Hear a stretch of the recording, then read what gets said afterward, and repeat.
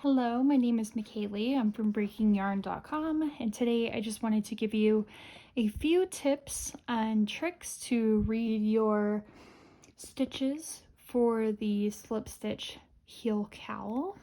This is a very simple cowl that just consists of slip stitches and knit stitches, and it creates this beautiful texture that actually mimics the slip stitch heel flap on a sock. If you are a sock knitter, then you know the squishiness that it creates. So the first thing I wanted to point out was that the slip stitches always occur on the exact same row. So it should be easy for you to memorize or see, if you lose track of where you're at, which stitch comes next, because you will always slip this raised stitch here.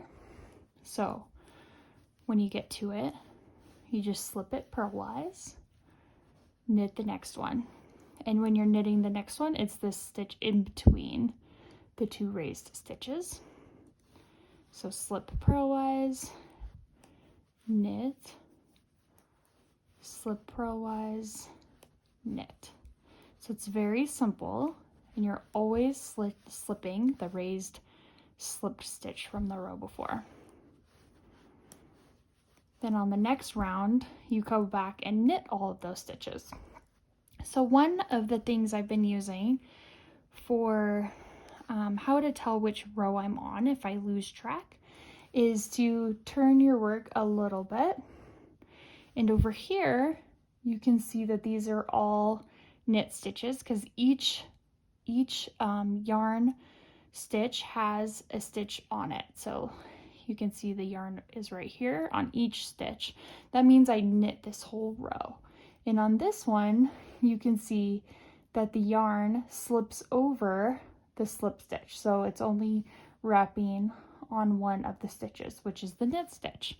So you can easily tell which row you're on if you set the knitting down in the middle of a row. You can just look and say, okay, I'm actually on this side of my marker, the left side of my marker, I am doing my slip and knit stitch. And you can tell they're kind of grouped together as well.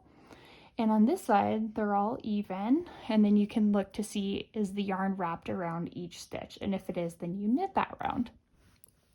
So that's the first one. Sometimes I've noticed, at least for me, I get off in my slipping and I'll end up slipping the wrong stitch. And I just wanted to show you quickly how to tink back. So say I just knit this one and I accidentally knit this one, slip this one, knit this one, slip this one, and then I realize, oh no, I'm supposed to be slipping these ones. You can tink back, which is unknitting. You're gonna just slip the slips back to your left hand needle, and then you're gonna unknit this stitch here by going into this loop where your yarn is coming out of. Pick it up, move your needle back through, and move the yarn out. That unknits the stitch and keeps it in the correct orientation. So I'm gonna slip it back, insert the needle into the stitch, but directly below that one stitch, move the needle up, out, and then unravel your yarn, and you will tink back to where you're at, and then you can go, okay, I'm knitting or slipping, knit, slip, knit, and you can make sure that you stay on track that way.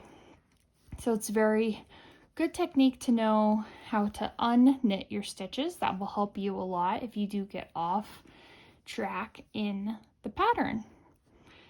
So that's that. This is the slip stitch heel cowl. It's available on my website, breakingyarn.com, and on Ravelry.com as well. I hope this was helpful. Thank you so much for joining me today, and we'll see you next time. Bye-bye.